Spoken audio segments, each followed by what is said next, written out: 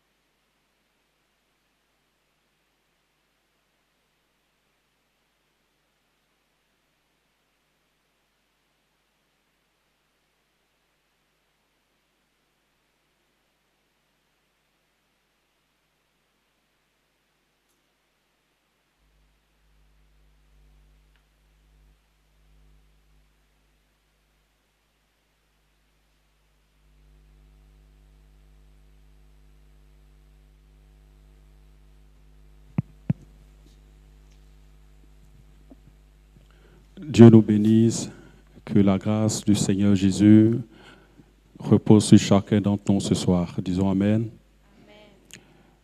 Comme le prophète Chantry l'a introduit, nous avons été fortement impactés par des enseignements, par des paroles fortes qui ont déjà commencé à produire des effets dans la vie de tous ceux qui ont pris part donc, à ce séminaire. Et le Père, voyant, je dirais, le nombre ou la quantité de secrets à dévoiler, à partager, il a eu l'inspiration de proroger donc ce séminaire jusqu'à la fin du mois. C'était vraiment une bonne nouvelle accueillie par plusieurs qui nous suivent en ligne. Alors je demande qu'on puisse claquer les doigts pour bénir le Seigneur, pour notre Père qui a eu cette inspiration de dire qu'on va aller jusqu'à la fin. Cela suppose que chaque jour équivaut donc à des secrets qui sont partagés. Et ce soir, nous avons la chance, je dis, nous sommes vraiment chanceux d'avoir avec nous un docteur de la parole, quelqu'un qui sait de quoi il parle. Ils sont nombreux à parler sur les réseaux sociaux, dans les églises, à dire des choses sans fondement. Mais celui-là, il est posé, il sait de quoi il parle. Il parle parce que c'est un sachant, il a le verbe qu'il faut. Ce soir, avec les claquements de doigts, nous allons recevoir le docteur, le prophète, notre papa à nous, papa l'ange Emmanuel Doski, que je demande d'acclamer par des claquements de doigts. Merci, papa. Bonne arrivée, papa. Alors, il y avait des questions qui étaient restées en suspens depuis, je crois, le vendredi, qui certainement auront des réponses ce soir. Mais également, lors du dîner, Dadi déjà a donné un aperçu de ce qui nous attend après. Parce que le professeur Guillet Privat, qui était avec nous, nous a présenté Et donc, les conséquences en ce qui concerne les pratiques sexuelles comme la sodomie, la fellation et j'en passe. Et Dadi nous disait que le docteur qui est avec nous viendra pour nous présenter l'aspect spirituel de ces choses. Est-ce que spirituellement, c'est admis ou pas? Et je vous dis qu'on a la chance parce qu'il est non seulement docteur de la loi, mais il est également un sachant en termes de santé. Donc, il parle en connaissance de cause. Sur le plan sanitaire, il peut nous conseiller pour dire telle pratique n'est pas recommandable. Et spirituellement, il peut venir confirmer ou infirmer si ces pratiques en question sont autorisées par le monde spirituel. Alors, papa, vous avez le micro pour nous présenter tous ces aspects. Merci pour votre attention. Merci beaucoup, que Dieu vous bénisse. C'est toujours une joie pour moi, un privilège, une opportunité de parler des choses du royaume des cieux à des enfants de Dieu. Le thème général de notre programme qui était prévu du 8 au 13 et qui a connu une prolongation, qui connaît une prolongation, c'est mariage-prison. Donc nous sommes toujours ici dans le cadre de mariage-prison. Je vais dire 2 ou 3 choses et nous allons continuer à prier. Il faut dire Amen. Amen. Depuis le premier jour, nous sommes ici. Les 2 premiers jours, le thème qui a été longuement développé par mon père spirituel, le révérend père Doski Jaurès Yoro, c'était le thème d'âme sœur. La question qui a motivé ce thème, c'était de savoir est-ce que pour un individu particulier, il y a une correspondance, dans notre cadre chrétien là, une correspondance d'un autre sexe qui serait son époux ou son épouse parfait, c'est-à-dire l'âme destinée. Et il nous a expliqué qu'en réalité, il n'y a pas un individu qui correspond à un autre individu, mais plutôt qu'à une personne correspond une famille, tout un groupe de personnes. Et c'est dans cette famille-là qui se trouve, cette famille est sa famille sœur. Donc, c'est ainsi. Donc, on peut rater une âme sœur aujourd'hui, mais ce n'est pas fini. Il y a une autre âme sœur à gauche, à droite, etc. Il a expliqué ces choses, il a expliqué la notion de mariage-prison. Il nous a fait savoir que ce qu'il ne faut pas désunir, c'est ce que Dieu a uni. Mais il y a quand même des mariages qui existent, qui souvent ont été acclamés des mains des hommes, mais qui en réalité Dieu n'a pas uni. Il a donné une mise en garde aux personnes qui ne sont pas encore mariées de faire très attention et d'avoir la certitude que la relation dans laquelle ils sont en train de s'engager est une relation que Dieu est en train d'unir. Sinon, devant, ils seront obligés de divorcer, ce qui n'est pas souhaitable pour qui que ce soit, ou alors de serrer le cœur, serrer la bouche et vivre sa vie matrimoniale comme dans une cage, comme dans une prison. Et ça, ce n'est pas bien. Et la seconde partie des jours, nous avons parlé des huiles, parce que lorsque Dadi parlait, il a parlé de certaines catégories d'hommes, d'hommes avec grand H. Il y a le paresseux, il y a, comment on appelle, le radical, il y a celui qui est totalement pervers, ainsi de suite. Il a parlé de tout cela. Et en fonction de, comment on appelle, l'homme qui est avec toi, de la personne avec qui tu es, et de ce caractère qu'il a, il y a des comportements qu'il faut adopter. Quoi qu'il en soit, ce qui est idéal, c'est de tomber sur la bonne personne, d'attirer la bonne personne ainsi de suite, et nous allons continuer dans ce sens. Aujourd'hui, je vais continuer dans ce sens. Yes. Peut-être à la fin, je vais terminer parce que le pasteur A. Constant était en train d'évoquer l'aspect spirituel dans la sexualité, etc., etc. On va prendre la Bible, nous allons lire peut-être longuement dans Genèse chapitre 1, et nous allons lire à partir du verset 1. C'est des passages que nous connaissons, mais je veux quand même que nous puissions lire, et à partir de là, je vais essayer de dire deux ou trois choses. Je lis la parole de Dieu. Genèse chapitre 1. Au commencement, Dieu créa les cieux et la terre. La terre était informe et vide. Il y avait des ténèbres à la surface de l'abîme. Et l'Esprit de Dieu se mouvait au-dessus des eaux. Dieu dit, que la lumière soit, et la lumière fut. Dieu vit que la lumière était bonne, et Dieu sépara la lumière d'avec les ténèbres. Dieu appela la lumière jour, et il appela les ténèbres nuit. Ainsi il y eut un soir, et il y eut un matin. Ce fut le premier jour. 6. Dieu dit qu'il y ait une étendue entre les eaux, et qu'elle sépare les eaux d'avec les eaux. Et Dieu fit l'étendue, et il sépara les eaux qui sont au-dessous de l'étendue d'avec les eaux qui sont au-dessus de l'étendue. Et cela fut ainsi. Dieu appela l'étendue ciel. Ainsi il y eut un soir et il y eut un matin. Ce fut le second jour. Dieu dit que les eaux qui sont au-dessous du ciel se rassemblent en un seul lieu et que le sec paraisse. Et cela fut ainsi. Dieu appela le sec terre et il appela la masse des eaux mer. Dieu vit que cela était bon. Puis Dieu dit que la terre produise de la verdure, de l'herbe portant de la sémence, des arbres fruitiers donnant du fruit selon leur espèce et ayant en eux leur sémence sur la terre. Et cela fut ainsi. La terre produisit de la verdure, de l'herbe portant de la sémence selon son espèce et des arbres donnant du fruit et ayant en eux leur sémence selon leur espèce. Dieu vit que cela était bon. Ainsi il y eut un soir et il y eut un matin. Ce fut le troisième jour.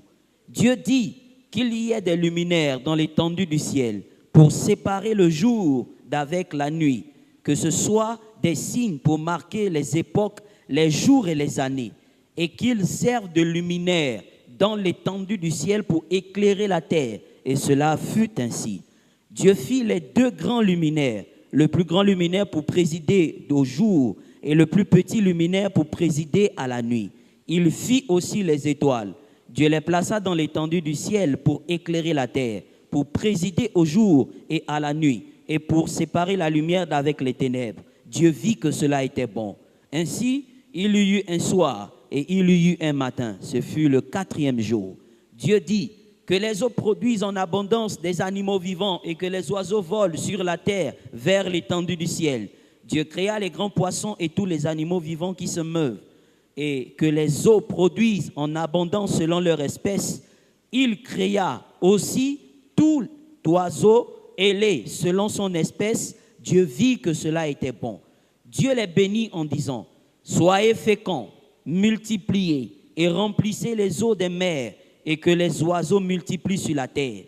Ainsi il y eut un soir et il y eut un matin, ce fut le cinquième jour. Dieu dit que la terre produise des animaux vivants selon leur espèce, du bétail, des reptiles et des animaux terrestres selon leur espèce. Et cela fut ainsi. Dieu fit les animaux de la terre selon leur espèce, le bétail selon son espèce et tous les reptiles de la terre selon leur espèce. Dieu vit que cela était bon.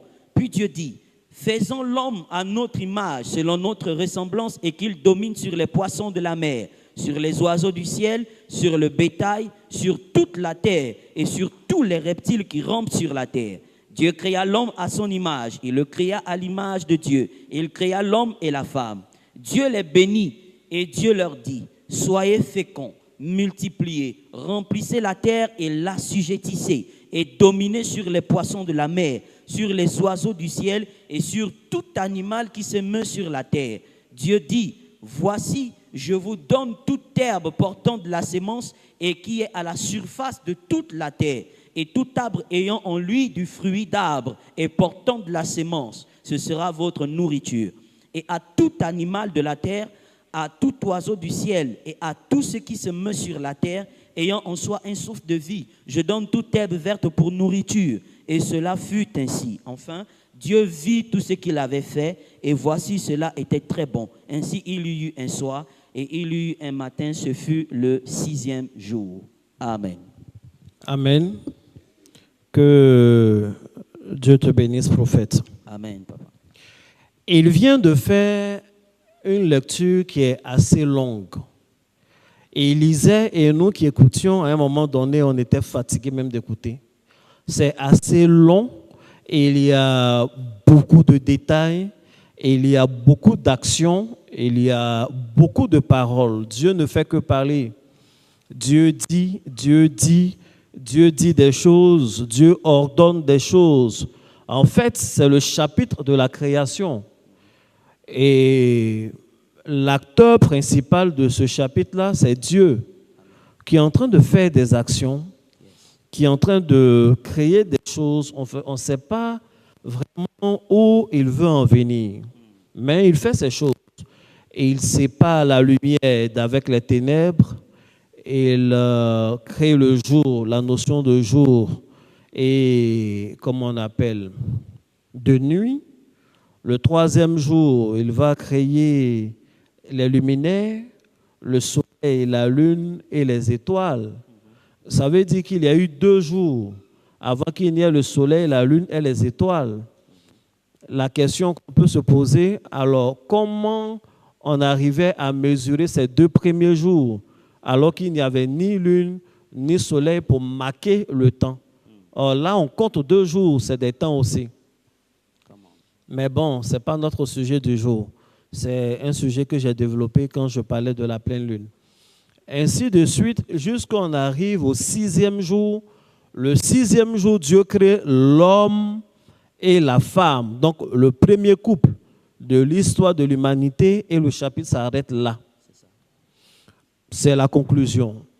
Donc, on peut déceler, comprendre donc que tout ce qui se faisait depuis le premier verset jusqu'à la création de l'homme, en fait, tout ça, c'était pour aboutir au premier foyer, au premier couple, à la vie de l'homme et de la femme. Donc, Dieu crée les luminaires, Dieu crée l'eau, Dieu va créer toutes sortes de plantes. Des plantes qui donnent des fleurs, qui vont donner des fruits, des plantes qui vont donner, comment on appelle, des tubercules, comme des plantes qui ressemblent au mandragore, des plantes qui vont produire de l'huile, un peu comme, voilà, toutes les plantes qui peuvent produire de l'huile. Dieu va faire cela, ainsi de suite. Il va créer les animaux, il va créer, comment on dit ça, les poissons, les oiseaux du ciel. En fait, ce chapitre-là, il s'agit de quoi? Il s'agit d'un père qui est responsable. Un père qui n'est pas irresponsable, qui sait que son fils va naître, et comme il est responsable, il fait le trousseau avant la naissance du fils. Yes. Il n'attend pas le 9e mois où la femme est à la maternité pour demander de l'aide. Ma femme est en train d'accoucher, est-ce que je peux avoir un peu d'argent pour acheter la couche? Est-ce que je peux avoir un peu d'argent pour prendre l'eau de colonne qu'il faut? Il sait que quand un enfant naît, voici les éléments dont il aura besoin. Donc, il faut qu'il positionne ces choses-là avant que l'enfant ne naisse. Donc, Dieu sait que tous ces éléments qu'on vient de citer, tous ces éléments qu'il a cités sont des éléments dont l'homme aura besoin pour sa survie. Donc, Dieu fait le trousseau de l'homme et le 6e jour, l'homme was born. Yeah. L'homme est né, l'homme est créé, il est dans le jardin. Donc, Amen. Il a tout ce qu'il faut. Amen. Si l'homme décide de dire qu'il y a l'un des éléments dans tout ce que nous venons citer, dont il peut se passer pour son épanouissement, c'est un message qu'il adresse à Dieu. Il dit à Dieu que Dieu a fait une erreur en pensant à ceci pour son épanouissement. Si l'homme dit qu'il n'a pas besoin de soleil pour son épanouissement, ça veut dire que Dieu a créé quelque chose d'inutile. Si l'homme dit qu'il n'a pas besoin des plantes, il n'a pas besoin de l'eau, il n'a pas besoin de la terre que Dieu a créée pour son épanouissement, c'est un message pour dire à Dieu que Dieu a fait des choses superflues, il n'en a pas besoin, ce n'était pas utile. C'est un père qui a voulu faire un trousseau, mais il ne sait pas ce qui est nécessaire. Un homme qui veut vivre en choisissant de ne pas utiliser ce que Dieu a mis à sa disposition est un homme, je pense, qui est en train de faire une erreur. Quelqu'un n'a pas dit Amen. Amen. Où je veux en venir? Il faut déjà identifier les besoins de l'homme. Come on. L'homme a 3 dimensions. Il a une dimension physique, une dimension qui est entre le physique et le spirituel, qui est son âme, et il y a l'esprit. En réalité, les choses que nous venons de citer sont capables de satisfaire les besoins de l'homme à ces 3 étages. Si tu dis comment, je continue de parler. Come on. Yes. Donc, l'homme, pour être épanoui, a besoin de toutes ces choses. Aujourd'hui, je veux m'attarder sur un seul élément. Avance, À papa. partir de là, on peut parler de l'eau. C'est-à-dire, pour les besoins de l'homme, on a besoin d'utiliser l'eau. Effectivement, pour nos besoins physiques, on a besoin d'utiliser l'eau. Mais mon message, c'est que pour nos besoins spirituels également, on a besoin d'utiliser l'eau. Yes. Voici pourquoi nous utilisons l'eau pour faire des libations. Voici pourquoi nous utilisons tous l'eau pour faire le baptême. Quelqu'un n'a pas dit Amen. Amen. Pour nos besoins physiques, on a besoin d'utiliser les plantes. Voici pourquoi nous nous nourrissons de plantes, de légumes, des fruits, etc. Mais mon message aujourd'hui, c'est que pour nos besoins, nous avons besoin d'utiliser l'aspect spirituel également des plantes. Yes. Pourquoi quelqu'un ne dit pas Amen? Amen. L'aspect spirituel des plantes. Nos besoins sont multiples. On a besoin d'argent, on a besoin d'épanouissement, etc. Et pour ne pas aller très loin, on a besoin de se marier. Comme l'homme savait, comme Dieu savait, qu'un jour, les femmes et les hommes allaient avoir le besoin de se marier, voici pourquoi dans le trousseau, il a positionné des éléments qu'il fallait pour leur mariage. Yes. Come Quelqu'un n'a on. pas dit come on. Come on. Et ces éléments doivent être utilisés sous tous les aspects. L'aspect physique et l'aspect spirituel. Une femme qui veut se marier doit utiliser l'eau et les plantes et tous ces éléments sur leur aspect physique. Yes. Quand tu veux te marier, par exemple, il faut te laver. Avance, papa. Il faut prendre l'eau, lave-toi, sois propre. Quelqu'un ne dit pas Amen. Hein? Amen. C'est difficile de se laver quand on n'est pas propre.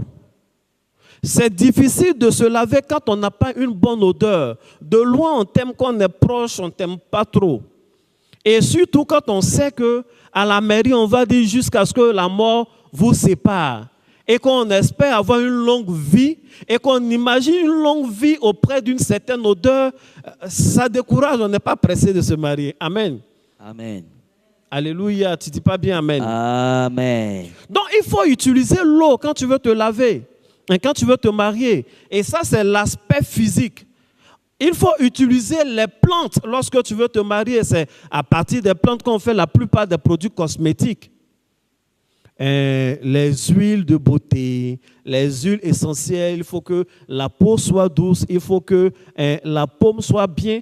Et il y a des femmes que des gens avaient aimées, mais c'est le jour où celui qui voulait te fiancer a serré ta main pour la première fois. C'est ce jour où il a changé d'avis parce que ta paume est comme le papier vert des menuisiers là. Et il a peur, si dans sa paume il ressent que c'est aussi dur sur sa peau, il imagine que ça peut laisser des traces. Non, il prend le temps, il l'observe. Quelqu'un n'a pas dit Amen. Amen, papa. Il prend du temps, il l'observe. Personne ne veut se blesser. Il faut dire Amen. Amen. Il y a des gens qui ont raté des occasions à cause de quelques poux dans des cheveux, mais il y a du shampoing, il y a des choses pour ça. Bref, je ne suis pas venu parler de l'aspect coaching et autres. Mais il faut utiliser les choses que Dieu a mis à notre disposition. Pour se marier, on est propre. Pour se marier, il faut être mariable. On n'attend pas le jour du mariage pour, comment on appelle, se faire le plus beau, la plus belle. Il faut commencer, il faut qu'on voit que tu es sur le chemin de la grande beauté. Il faut qu'on voit que tu es sur le chemin quand même de l'hygiène. L'hygiène, c'est la base. Et pour une bonne hygiène, on utilise cet aspect des plantes, on utilise l'huile pour nos cheveux. Oui, nous autres, les noirs, on a des cheveux plus ou moins crépus, mais des cheveux crépus ne veulent pas dire forcément manquer d'hygiène. Il y a des gens qui font le vœu de Naziréa ou une forme de prière où on laisse pousser les cheveux. Et il y en a, quand tu les vois, ça te donne envie de laisser pousser tes cheveux, toi aussi. Et il y en a, quand tu les vois, tu as envie de rétrograder, d'abandonner la foi chrétienne. C'est beaucoup de cheveux pour tout le monde, mais ce n'est pas le même aspect, ce n'est pas la même odeur, ce n'est pas les mêmes choses qui s'y dégagent. C'est compliqué. Et c'est compliqué, non? Ou bien ce n'est pas compliqué?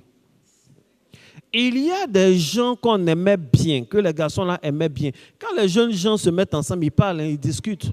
Mais ils ont changé d'avis à cause de 500 francs ou 600 francs.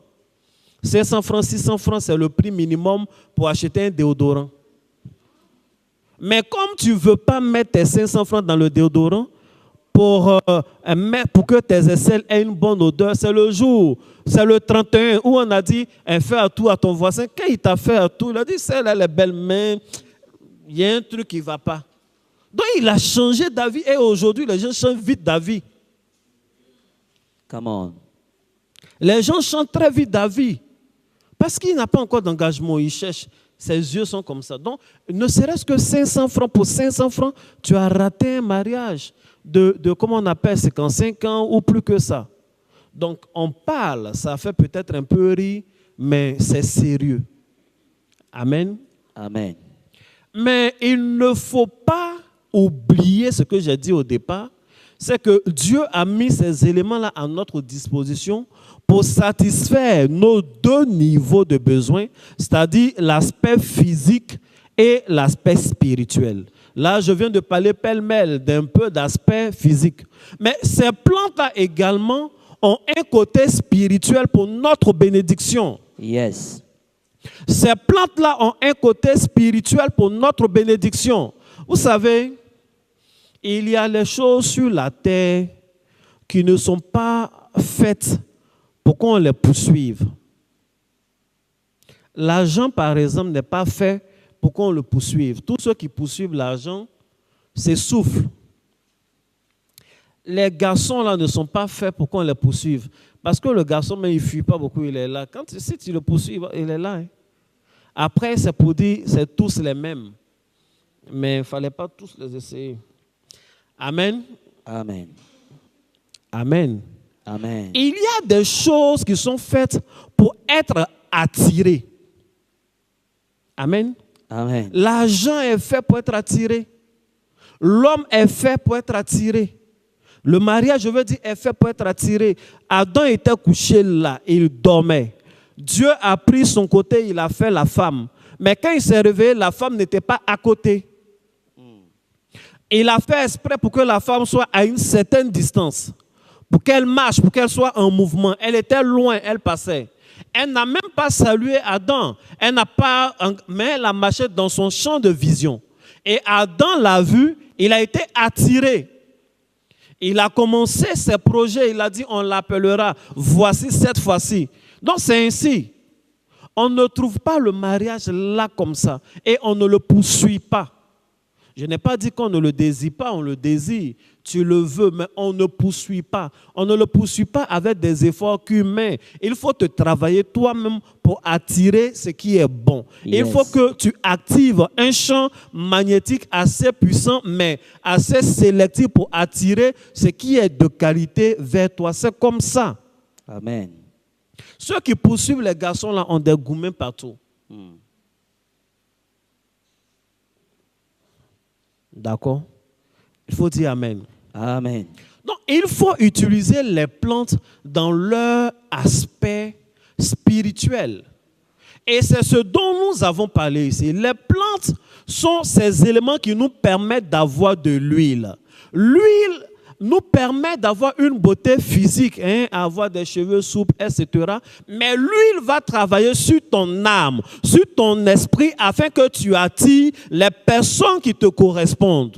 C'est de ça qu'il est question. Yes. Je redis ce que j'avais dit la dernière fois. La Bible nous dit que 10 femmes ont été informées. On a dit à ces femmes-là qu'il y a un époux, il y a le mariage qui vient. Allez pour célébrer le mariage, allez pour rentrer dans les portes du mariage. Mais en partant, il fallait qu'elles aient des éléments. Et les 2 éléments qu'elles avaient, c'était la lampe et de l'huile. Mais il va arriver un moment où il y a 5 parmi elles. Enfin, elles toutes, leurs huiles étaient finies, mais il y en a 5 qui avaient de l'huile en réserve. Et à cause du manque d'huile, les 5 ne sont pas rentrés dans le mariage. Et je dis qu'il y a beaucoup de personnes qui n'entrent pas dans le mariage, pas par un manque d'éducation. Il y a des personnes qui ne rentrent pas dans le mariage, pas parce qu'ils ont un handicap ou physiquement, il y a quelque chose qui manque. Il y a des personnes qui n'entrent pas dans le mariage, pas parce qu'ils n'ont pas de connaissances culinaires. Il y a plusieurs qui ne sont pas entrés dans le mariage simplement parce qu'il leur manque de l'huile. Amen. Avance, papa. Et lorsqu'il te manque de l'huile, l'époux ne vient pas vers toi. Lorsqu'il te manque de l'huile, tu ne peux pas attirer l'époux vers toi. Il peut avoir beaucoup de débats, mais ce que je suis en train de dire est une réalité spirituelle. Je veux dire un enfant de Dieu. Lorsque tu cherches des éléments, on parle d'argent, aujourd'hui on parle de mariage, mais que ce soit l'argent ou peu importe certaines choses. Quand tu cherches et que tu n'obtiens pas, à un moment donné, il faut marquer une pause et te dire, quelle est l'huile qui me manque? Quel est l'élément qui me manque? Parce que Dieu ne nous a pas appelés à poursuivre les choses terrestres. Dieu nous a appelés à attirer spirituellement les choses terrestres. Come on. Mais si tu n'as pas l'huile qu'il te faut, ça sera compliqué. Ça sera compliqué. Dis Amen. Amen. Quand nous prenons l'histoire de Hadassa, Esther, la Bible dit que Hadassa, Esther, a été traitée avant d'avoir le roi pour mari. Amen. Amen. Elle a été traitée pendant 1 an. Pendant 6 mois, ils l'ont traitée avec les aromates, les choses de façon naturelle. Parce qu'elle était belle, mais vous connaissez, c'est Hadassa, elle venait d'un quartier précaire. Donc il y avait quelques petits détails quand même. Il fallait refaire un peu la tôlerie. Son type là a dit, bon, je connais des huiles qu'il faut. Pendant 6 mois, on va faire sortir un peu le teint. Pendant 6 mois, il faut qu'on te donne de l'huile de fenugrec. Il faut masser, masse pour aller vers le haut, pour tendre vers midi, parce que là, on tend vers 6 heures, ça ne va pas trop t'arranger. Donc, c'est ce qu'ils ont donné à Hadassa. Hadassa, c'est une fille qui a passé toute sa vie à laver les assiettes. Donc, quand elle allait voir le gars, ils ont vu ici, là, vous voyez, au coude, là, il y avait plein de petits points. Le gars là lui a dit, s'il y a plein de petits points comme ça, sur ton coude, j'imagine qu'il peut en avoir sur les fesses. Donc, il ne faut pas te presser. On va te traiter pendant 6 mois. Tu vas faire comment on appelle ça? Des gommages du corps. Donc, on faisait des gommages du corps. Je suis au cœur de la Bible. Esther 2:12. Vas-y. Chaque jeune fille allait à son tour vers le roi Cyrus, après avoir employé 12 mois à s'acquitter de ce qui était prescrit aux femmes. Pendant ce temps, elles prenaient soin de leur toilette 6 mois avec de l'huile de myrrhe et 6 mois avec des aromates et des parfums en usage parmi les femmes. Amen. Amen. Donc, ils ont pris 6 mois. 6 mois pour faire les choses mystiques et 6 mois pour faire des choses terrestres. Amen. Parce qu'il y a un proverbe chez moi qui dit, quand tu as une bonne nouvelle, ne confie pas la bonne nouvelle à un serpent. Parce que si le serpent se présente, on va crier au serpent, on va le tuer. Il n'aura pas le temps de nous donner la bonne nouvelle. Or, c'était une bonne nouvelle. Quand on a tout ce qu'il faut, la bonne onction, ce qui attire, et que quand même ça est dans une enveloppe qui n'a pas un minimum du présentable aussi, ça met du temps, ça nous fait prier beaucoup pour rien. Amen. Donc, c'est lui qui a raison. 6 mois pour des choses spirituelles et puis 6 mois pour des choses physiques. Yes. Donc, ils ont traité Hadassah physiquement et ils l'ont traité pendant 6 mois avec la myrrhe. Il faut dire Amen. Amen. Tu vas prendre le livre de Cantiques des Cantiques. Je suis sur le point de conclure. Come on. Cantiques des Cantiques, chapitre 5.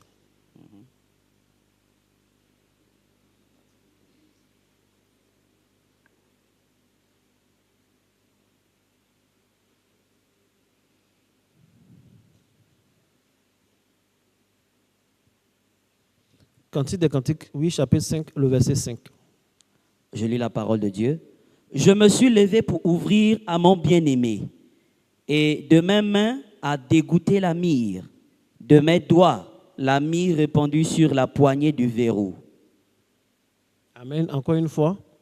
Je me suis levé pour ouvrir à mon bien-aimé, et de mes mains à dégoûter la myrrhe, de mes doigts la myrrhe répandue sur la poignée du verrou.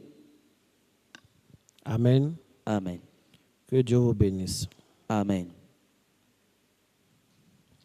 Je me suis levé pour ouvrir à mon bien-aimé et de mes mains à dégoûter la myrrhe, de mes doigts la myrrhe répandue sur la poignée du verrou. Il faut dire Amen. Amen. Il faut dire Amen. Amen. Est-ce que je peux expliquer quelque chose à quelqu'un? Come on, papa.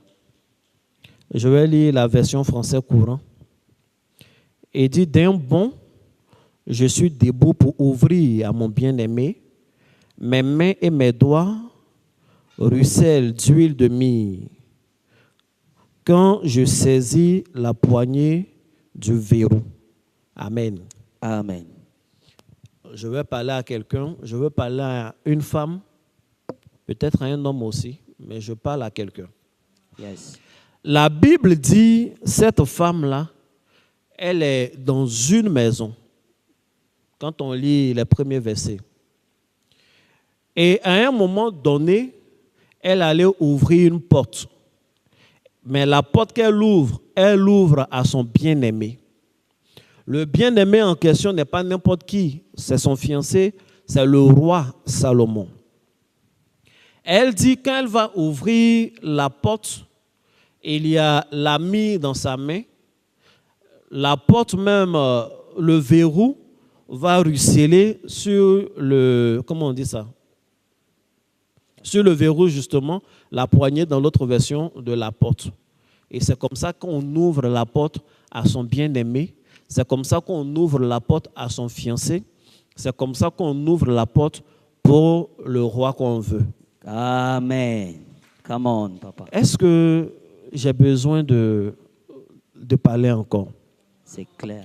La femme dont on parle n'était pas en train de se promener. La femme dont on parle ne s'est pas concentrée ce jour-là sur Facebook, même si Facebook n'est pas mauvais. Elle a sûrement fait des efforts. Elle était consciente de ses qualités. Elle savait qu'elle était belle. Elle disait au chapitre 1 là-bas, ne vous en faites pas pour ma peau, je suis belle. Je suis noire, mais je suis belle. Ce sont mes frères qui m'ont laissé derrière les brebis. Donc elle est consciente qu'elle est une femme travailleuse. Elle est même bergère. Ce n'est pas un problème pour elle d'aller en brousse pour travailler. Elle a des qualités, donc elle sait toutes ces choses. Elle en parle, mais ça ne change rien. À un moment donné, au chapitre 5, elle va arrêter de se promener, elle va arrêter de parler de sa beauté, oui, comme on appelle les dents sont comme des chèvres qui descendent d'une montagne, etc. Mon bien-aimé est comme une pomme au milieu de la forêt. Elle va rester dans une maison et elle fait une activité. Je ne suis pas dans la chambre pour savoir l'activité qu'elle est en train de faire. Mais j'ai compris que ce qu'elle est en train de faire a attiré un bien-aimé dans son environnement. A fait sortir quelqu'un d'un palais pour arriver dans le même environnement où elle était. Et elle avait l'intention d'ouvrir une porte, mais la porte était fermée. Peut-être depuis longtemps, c'était difficile d'ouvrir cette porte, mais ce jour-là, il y avait un élément particulier qui était dans ses mains. Et lorsque cet élément particulier sur ses mains touche la porte, la Bible dit que le verrou n'est plus une résistance, la poignée ne résiste plus, et elle arrive à ouvrir la porte à son bien-aimé. Une femme ne peut pas avoir, il y a des indications. On comprend qu'elle était en train de faire une activité avec l'huile de myrrhe. Yes. Parce que lorsqu'elle se lève, elle dit il y a la myrrhe dans sa main. Il y a la myrrhe qui coule, qui ruisselle de ses mains. Et avec la myrrhe dans ses mains, elle arrive à ouvrir la porte au mariage. Elle était en train de faire une activité et on sent que c'est la nuit que la chose se passe. Amen. Elle n'était pas en train de prier, Éternel, mon Dieu, mon roi, je veux un mari. Elle n'était pas en train de se pavaner, elle était chez elle. Et l'activité de l'ami a attiré un roi de son palais jusque dans le quartier de cette femme qui était noire. Avance, papa. Il y a des choses qu'il te faut pour te marier. Amen. Au départ, elle a manqué d'huile. Elle avait le langage, elle savait lui parler. Elle est une grande poétesse. Elle savait draguer l'homme. Elle était belle, elle était consciente et confiante de son teint. Elle parlait, elle avait les belles dents, elle connaissait ses qualités. Elle est travailleuse. Elle peut même faire le travail des hommes. Ce que ses frères ont refusé de faire. Derrière les brebis, elle pouvait le faire. Ce n'est pas une femme qui allait apporter la faim dans sa famille, chez l'homme. Elle peut travailler, elle sait qui elle aime. Mais tout cela n'a pas constitué un argument puissant. Mais le jour où elle a été en contact avec la myrrhe qu'on a pris pour masser, la même myrrhe qu'on a donnée à Adassa, qui lui a donné le roi, la même myrrhe a attiré le roi Salomon chez cette femme dont je suis en train de parler. Alléluia. La myrrhe, parmi les huiles dont nous sommes en train de parler, je vais vous parler de la myrrhe. Yes. Souvent, on est dans un environnement où on sent que le mariage n'est pas loin. On a tout ce qu'il faut. On sent qu'on est devant une porte du mariage. Vous savez, la prière nous conduit à plusieurs portes. La prière nous conduit aux portes de la prospérité. Mais c'est le sacrifice qui va ouvrir cette porte. Amen. La prière nous conduit aux portes du mariage. Mais l'un des éléments qui va ouvrir cette porte, c'est la myrrhe. Yes. Quand tu es aux portes du mariage, ça ne veut pas dire forcément que la porte est ouverte.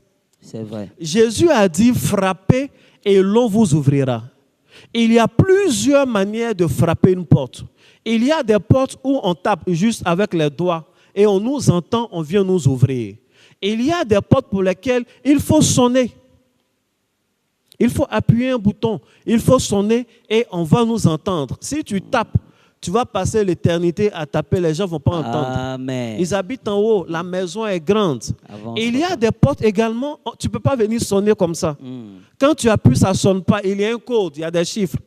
Il faut connaître le chiffre. Quand tu finis de mettre, ça sonne là-bas, on sait qu'il y a quelqu'un à la porte. Come on. Donc quand Jésus dit, frappez et l'on vous ouvrira, il faut savoir frapper.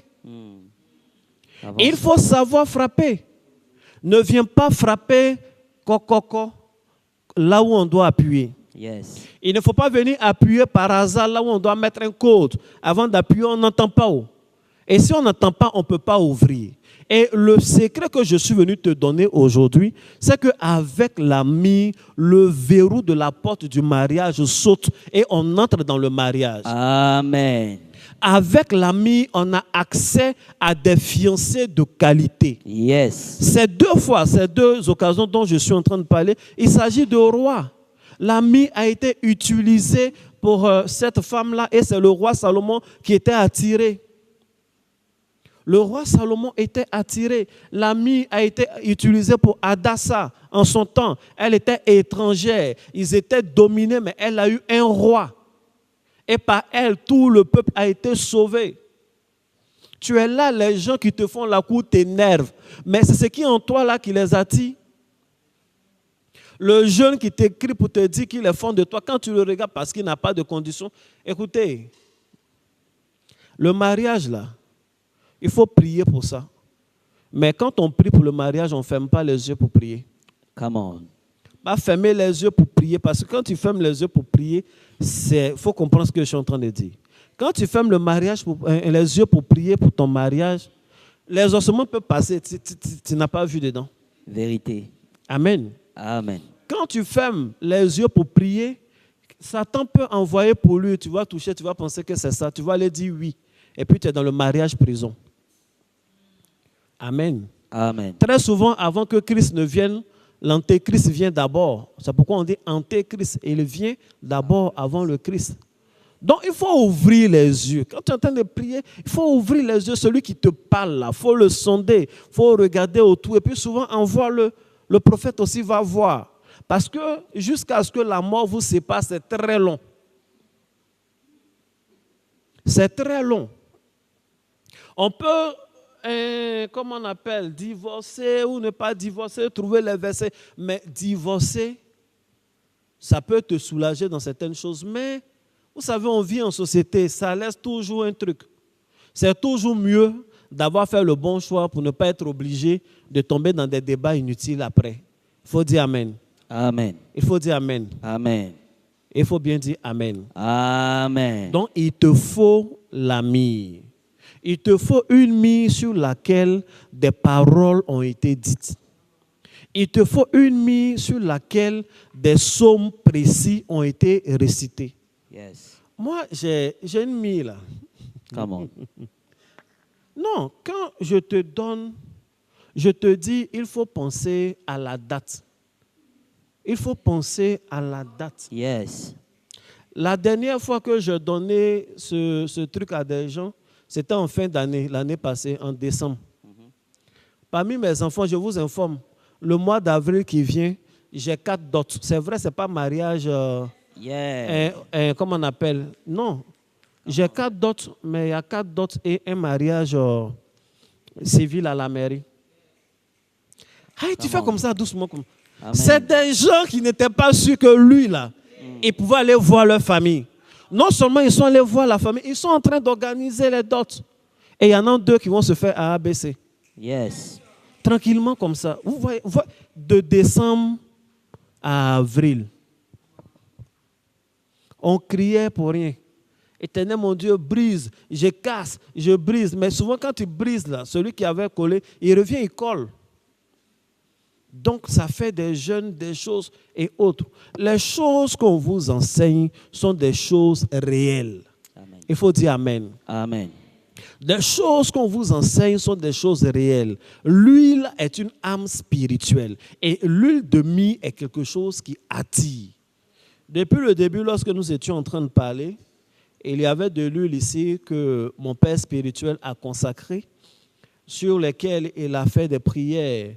Et des personnes ont pris de l'huile. Et ça existe toujours. C'est l'une des composantes de base dont je viens de vous parler tout à l'heure, en parlant de la myrrhe.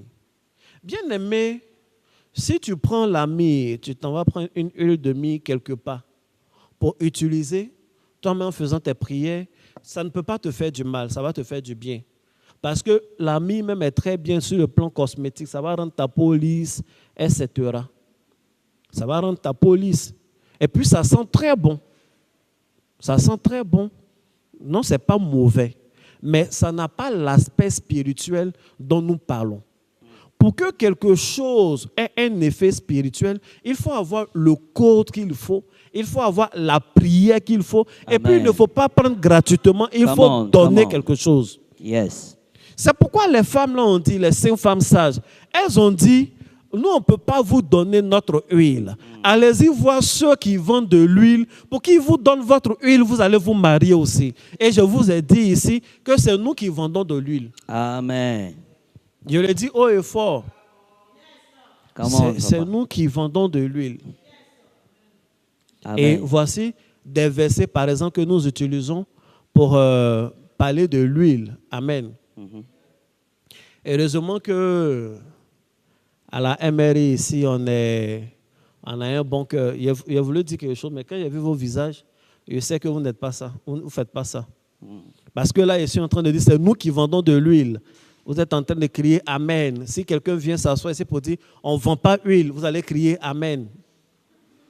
Donc, le peuple de Dieu, je ne sais pas si c'est l'hypocrisie ou bien si c'est un manque d'orientation. Je le dis parce que j'ai accompagné mon père spirituel à l'ordination et distinction du révérend prophète des nations, Olivier Gawa, qui a été fait le président du comité national des prophètes de Côte d'Ivoire. Donc, il est le président. Et il y a eu des scènes, le patriarche a prêché. Il a dit un message qu'on a écouté et qu'on a noté. Mon père spirituel, il a déjà fait une vidéo pour expliquer, s'est levé, il a fait une offrande pour profiter des grâces, parce que nous, les prophètes, nous croyons au transfert des grâces. Des hommes, vous savez, dans un pays, il y a des hôtels. Yes. Et un homme comme Papa Dion Robert, c'est un hôtel. Quand tu le vois, il faut lui faire des offrandes. Il va pas te demander de l'argent. Mais c'est bon. Et mon père spirituel est parti s'aimer dans sa vie parce que c'est grâce à eux là qu'aujourd'hui on peut faire des plein air, prêcher, personne ne nous fait quoi que ce soit. Et il a profité pour poser une question parce qu'un vieillard, c'est une bibliothèque. Quand tu vois un homme comme ça, il est rempli de livres. Mais quand tu as la grâce d'être à côté de l'auteur même du livre, pourquoi ne pas lui poser une question? Il lui a posé une question. Le docteur Dion Robert a répondu à la question et puis il lui a dit merci. Après, il y a un autre papa qui est venu pour dire d'autres choses, pour prêcher son message. Les deux messages n'étaient pas très semblables, mais ce n'est pas ça qui est mon problème en tant que tel. Mon problème, c'est le peuple. Et c'est un pasteur qui était là, qui ont acclamé pour un message et qui ont acclamé pour le contraire du même message. Ça veut dire qu'il y a un problème. Ça veut dire que les gens ne veulent pas la vérité. La vérité n'intéresse personne. Et c'est un problème. Si ce que l'autre dit, tu n'es pas d'accord, mais que c'est un père, mais il faut vraiment lui poser des questions parce qu'un père ne peut pas parler puis on s'en fout. Bon, c'est que si on le laisse n'a qu'à dire pour lui, c'est les vieux là. Ça, c'est un manque de respect. On ne peut pas dire à un vieux, ce vieux-là, bon, il a parlé, tu prends pour toi qui est bon dedans, et puis tu laisses le reste. Pourquoi? Quand un père parle, tout ce qu'il dit est bon. S'il y a quelque chose dedans que tu penses que ce n'est pas bon, c'est que c'est toi qui n'as pas compris. Et si tu veux comprendre, la meilleure manière, c'est de poser des questions. Come on. Et moi, j'ai aimé l'enseignement de Papa Dion. Et il a précisé, il a dit, il ne faut pas faire de l'huile une doctrine et autre. L'huile, on donne quand tu es malade. Effectivement, il y a des gens qui sont malades, qui ont le palu. Il y a des cas où on peut utiliser l'huile. Il y a des gens qui ont mal au mariage. C'est ça. Ça veut dire leur maladie, c'est le célibat. Avance, papa. Donc, c'est de ça que nous sommes en train de parler. Amen. Ici et aujourd'hui. Donc, il faut vraiment... Peut-être que plus tard, je vais faire une vidéo à part parce que il faut qu'on nous facilite la tâche. La génération d'hommes de Dieu qui vient. Et puis, c'est vrai. Il y a les faux prophètes, il y a les vrais prophètes. Mais les fidèles aussi, il y a plein de faux. Parce qu'on ne peut pas acclamer deux choses différentes comme ça. En soufflant même des trucs, on est heureux. Et puis après, l'autre vient et dit, on est heureux. Non. Si on veut la vérité, et c'est pourquoi moi je suis heureux pour le comité national des prophètes qui existe. J'espère qu'il y aura des conclaves, les gens vont discuter des points de vue, puisque de toutes les façons, c'est la Bible qui nous unit. Et que nous tous, nous sommes christocentriques. Donc à partir de Christ et de la Bible, il va y avoir des discussions et puis le peuple de Dieu sera de plus en plus éclairé, c'est tout. Que Dieu vous bénisse. Amen. Et que la main de Dieu soit sur la vie de chacun d'entre nous. Amen. Il te faut de l'ami. Yes. Où est-ce que tu vas avoir l'ami? Va demander aux gens qui vendent de l'huile, comme Matthieu le dit. Quels sont ceux qui vendent de l'huile? C'est nous là. Donc, venez prendre vos huiles. Que Dieu vous bénisse. Que la main de Dieu soit sur la vie de chacun.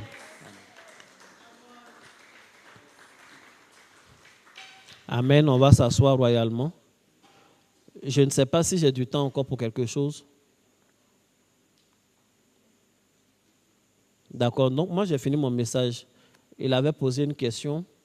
On va peut-être revenir dessus une autre fois et autre. Mais je veux déjà donner la base de la réflexion sur les activités sexuelles, sur un plan spirituel, les inconvénients et, comment on appelle, et quoi même là? Les inconvénients et puis quoi? Le contraire d'inconvénient, c'est quoi? Les avantages, voilà. Bon, une activité sexuelle faite dans des normes, parce qu'on est à l'église, on est pasteur, faite dans les normes autorisées par la Bible, c'est-à-dire dans le cadre du couple, n'est pas mauvais, c'est bon. Lorsque le professeur parlait ici, il y a un élément sur lequel il est revenu beaucoup, qui n'est pas un aspect médical, qui est un aspect juridique, c'est la volonté, le consentement. Il dit, il faut que, peu importe la forme que tu veux utiliser, il faut que les deux partenaires soient consentants, n'est-ce pas? Donc, il y a le consentement des humains, ça, c'est entre humains. Maintenant qu'on est à l'église, la notion de base pour comprendre cela, c'est qu'est-ce qu'on peut faire, qu'est-ce qu'on ne peut pas faire, c'est les portes spirituelles. Le sexe est une porte spirituelle. Les orifices naturels de l'homme sont des portes spirituelles. Ça, c'est la première chose. La seconde chose, c'est de comprendre le rôle pour lequel chacune des choses a été créée à la base. Amen. Amen. La troisième chose, c'est de joindre l'utile au, comment on appelle, comment on dit ça? À l'agréable. Donc, ça peut être agréable et pas utile. Ça peut être utile et désagréable. Je sais que je n'ai pas parlé en détail, mais je viens de répondre à une grande personne. Avoir le sexe par l'activité sexuelle par les orifices prévus pour ça, c'est-à-dire une pénétration vaginale, ce n'est pas un problème, ça ne crée aucun problème à qui que ce soit, ce n'est un tabou dans la tête de personne. Pourtant, si l'individu avec qui tu as cette relation-là est sombre ou est spirituel et veut te donner des choses sombres, même si c'est une pénétration logique, naturelle, ça peut te créer des problèmes. C'est vrai. Amen. Amen. Donc, la personne avec qui on a des relations sexuelles compte pour beaucoup. Ça compte plus même que la pratique elle-même. Comment? Il y a des gens, même un seul bisou sur ton front, ça te porte chance. Il y a des gens, un seul bisou sur ton front et ça te crée des problèmes. Pourtant, le bisou est agréable. Mais parce que lui-même, il est noir. Noir, il est ténébreux, je veux dire, pas noir comme ma race. Il est ténébreux. Il est, comment on appelle? Il est méchant. Il sait ce qu'il fait. C'est pourquoi il faut faire attention.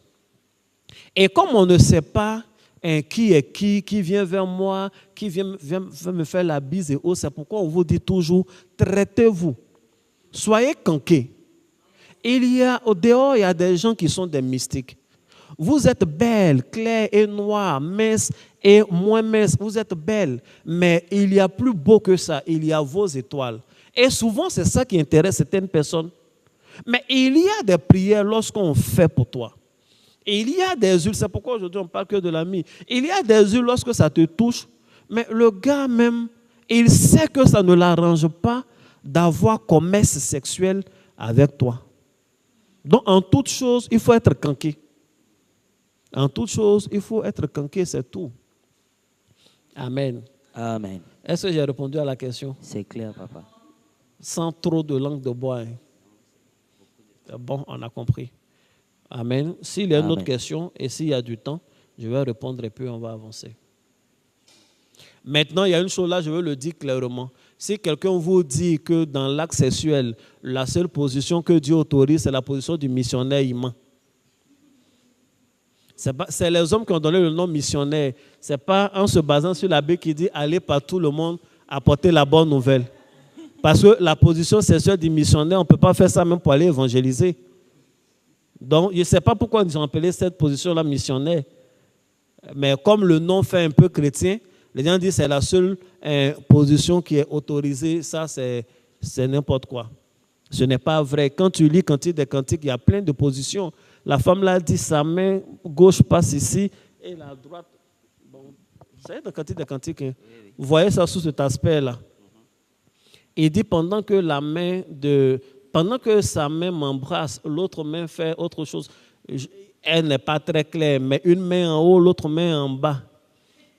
Amen. Il y en a qui disent, moi, ma bouche, là, c'est juste pour adorer le Seigneur, mais tu manges. Tu manges pourquoi alors? Amen. De toute façon, ce n'est pas ce qui rentre qui souille. Ça, c'est Jésus qui a dit, c'est ce qui sort qui peut souiller. Amen. Donc, j'ai répondu. Oui, oui, c'est clair.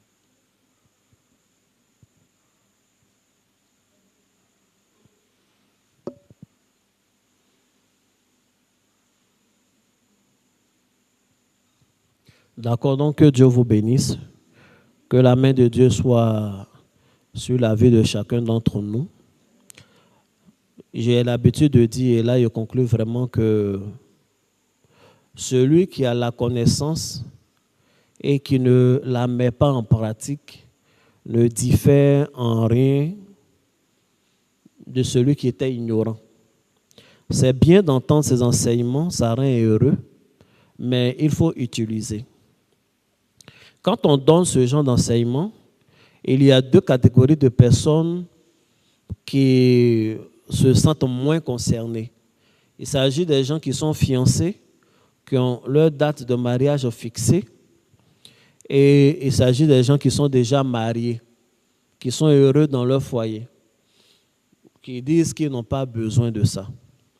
Aux gens qui sont déjà mariés, je voudrais vous dire que même si vous êtes heureux et heureuse, vous pouvez être encore plus heureux. Amen. Donc vous avez besoin de l'ami. Une femme doit être capable d'abréger la mission de son époux. Quand il part en mission pour 2 semaines, il faut qu'à cause de toi, il se dépêche pour finir en 1 semaine ou 1 semaine, 3 jours pour revenir. Amen. Quelqu'un comprend ce que je veux dire? Une femme doit faire de telle sorte que son mari rentre tôt. Et ne rentre pas tôt à cause de la peur. Parce qu'il y a des femmes qui effraient, on dirait Kadhafi. Non, rentre pas à cause du bonheur qu'il va trouver à la maison. Et qu'il y ait toujours l'attraction et le désir. Et ce genre d'huile-là, ça fait ça. Quand tu utilises ton huile de fenugrec, là, il faut venir prendre un peu de myrrhe aussi. Amen. Amen. Amen. Ça, c'est la première chose. Les fiancés aussi. Affaire de fiançailles, là. Vous savez, je le disais ici la dernière fois, comment elle s'appelle? Rachel a été fiancée avant Joseph, avant sa soeur Léa, pardon.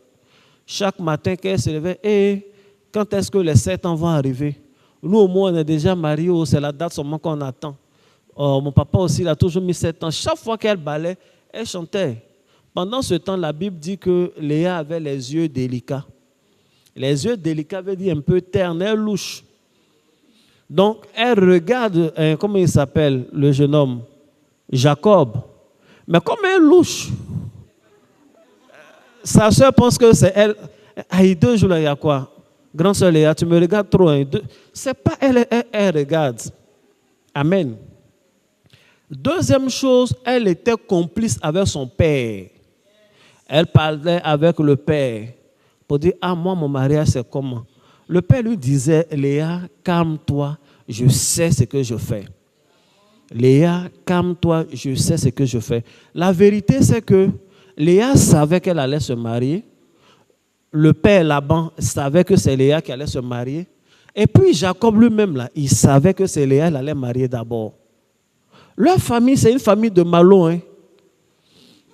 C'est quand même le frère de sa maman. C'est la même chose qu'ils ont fait. Lui, Jacob, il savait que c'est lui qui allait prendre la bénédiction. Le père et la mère savaient que c'est Jacob qui allait prendre la bénédiction. Le seul gars qui ne savait pas, c'était Ésaü. Le jour de la bénédiction, on lui a dit, va en brousse, va chercher Agouti. Depuis qu'on fait sacrifice avec Agouti. Sachez que le mariage de Léa n'était pas un mariage forcé. Ce n'est pas comme si elle était quelque part, elle ne savait pas, elle a été surprise et l'ont envoyée, comment on appelle, dans la chambre de... Ils ont fait le coup, ils ont écarté la femme là. Et puis c'est celle qui était complice avec le père qui a eu son mariage. Et ici on est en train de parler, c'est notre père qui nous a convoqués. Et il dit, ce qui se trouve dans sa complicité là, ce sont des huiles. On ne sait jamais où tu es fiancé. Faut pas, il va y avoir des changements de date bizarres. Il faut venir prendre ton huile pour accélérer des choses. Par moment, quand tu es en plein voyage, tu es en train de rouler, ton GPS te dit, tu arrives dans 1 heure dans la ville où tu vas. Mais si jamais il arrive que par accident, l'huile manque dans ton moteur, tu ne vas pas arriver. Une autre voiture qui a de l'huile va venir te dépasser et arriver à destination avant toi. C'est pourquoi on a besoin d'huile dans nos moteurs de mariage pour arriver à la date qu'il faut. Quelqu'un a dit Amen? Amen. Donc, voici ce que j'ai voulu vous dire en conclusion. Que Dieu vous bénisse. Amen. On va se tenir debout.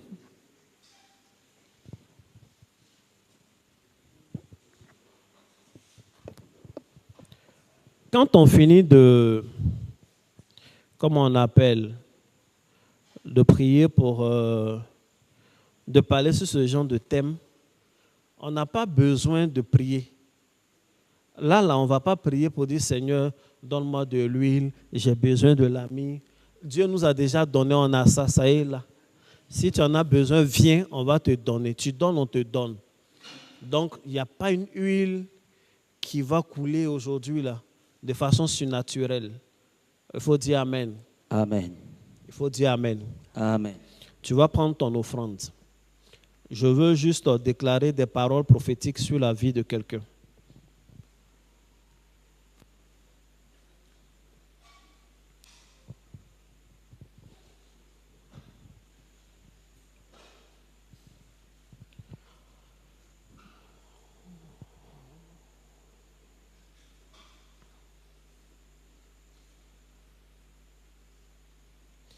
Si tu as pris ton offrande, tu vas te tenir debout.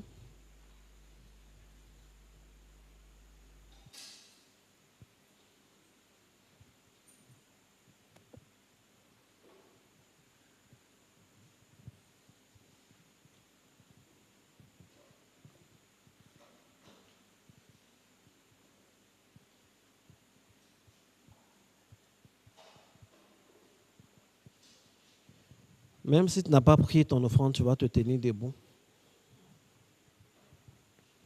Le Seigneur me met à cœur de proclamer une parole.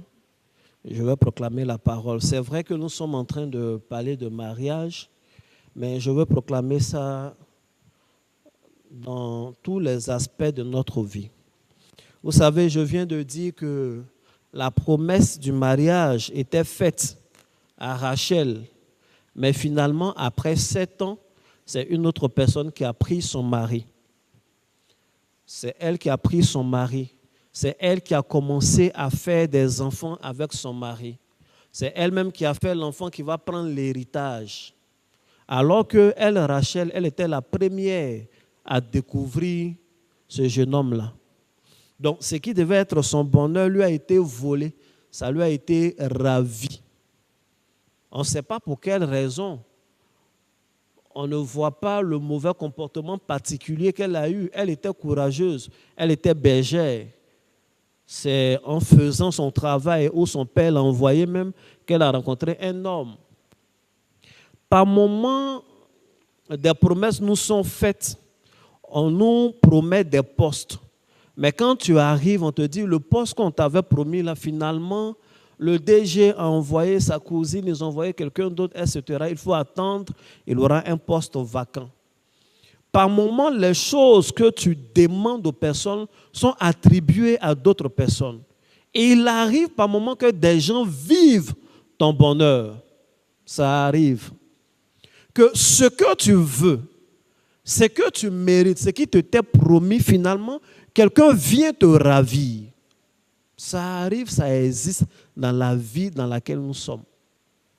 Tu as l'impression que tu viens toujours en retard pour ce qui t'était. Oh, si tu étais là un peu plus tôt. En fait, toi, tu vis, mais ton timing n'est pas parfait, n'est pas en bon, comment on dit ça? Ça ne tombe pas sur le jour du bonheur. Ce n'est pas bon. Je prie pour nous tous qui sommes dans la salle et je prie pour quelqu'un qui m'écoute.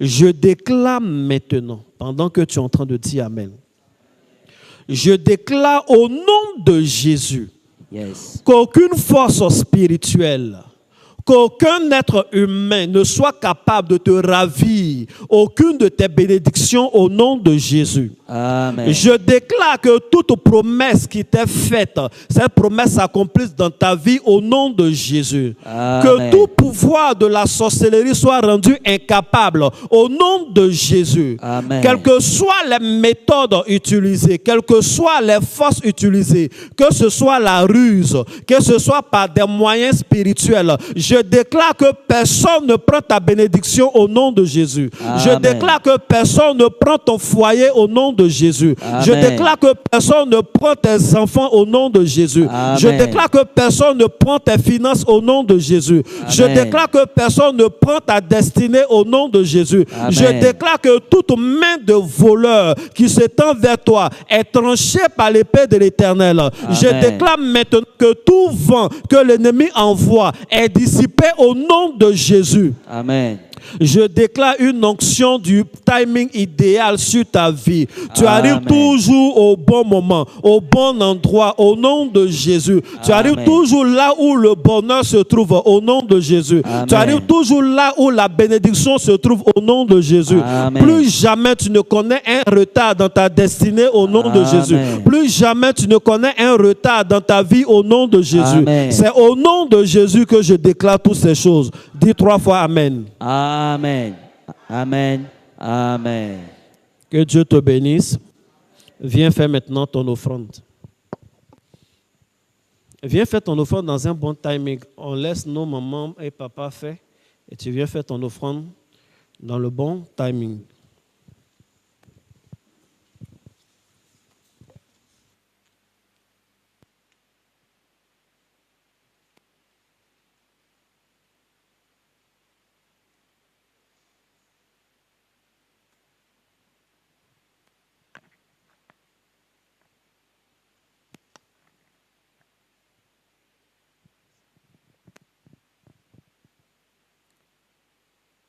On peut claquer les doigts pour accompagner notre docteur pour ces codes, ces secrets qui ont été encore dévoilés ce soir. Je vous l'avais dit que chaque soir équivaut à des secrets. On peut claquer les doigts encore plus fort.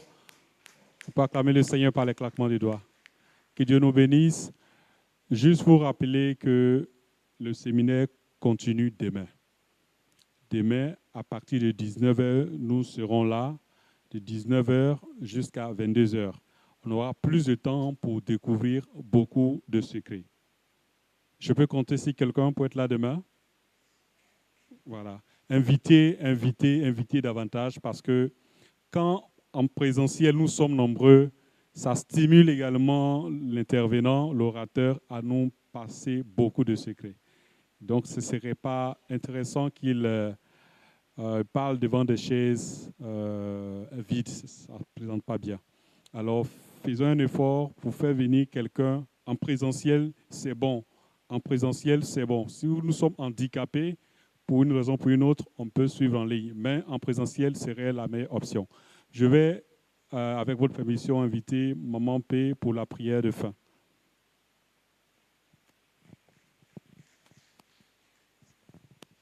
Alléluia.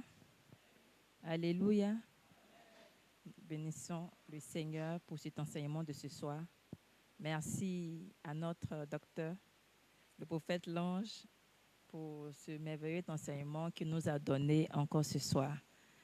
Comme le pasteur vient de le dire, nous continuons durant tout le mois et vous êtes invités à être nombreux en présentiel. Amen. Nous allons réciter notre prière commune et nous dire à demain. Seigneur, sois à notre pas, à notre arrivée, tout le long du chemin, que nos greniers soient toujours pleins, soit à notre retour, au nom de Jésus que j'ai prié. Amen. Rentrez bien et on se dit à demain, même heure, 19h pour une autre session.